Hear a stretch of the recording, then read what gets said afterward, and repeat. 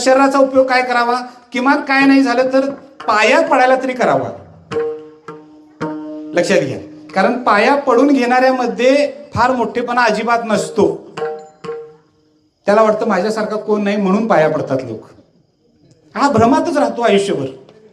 पण पाया पडण्यामध्ये जी आहे, नम्र झाला भूता तेने कोंडिले अनंता, ही नम्रता असली पाहिजे. म्हणून वारकरी असा नाही तर नसा, परंतु घरामध्ये प्रत्येकानं एकमेकाच्या पाया पडलं पाहिजे. हा वारकऱ्यांचा धर्म आहे. विष्णुमय जग, आता जग हे दिसणारं दृश्य रूपानं, आणि हे एक जग आहे.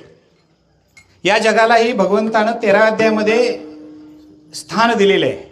इदम शरीरम कौंतेय क्षेत्रमित्यभिधीयते एतद्वेति तं प्राहु क्षेत्रज्ञ इति तद्विदः. या क्षेत्राला जो जाणतो त्याला मी क्षेत्रज्ञ असं म्हणतो अर्जुना. या शरीराला जो जाणतो तोच खरा जाणकार.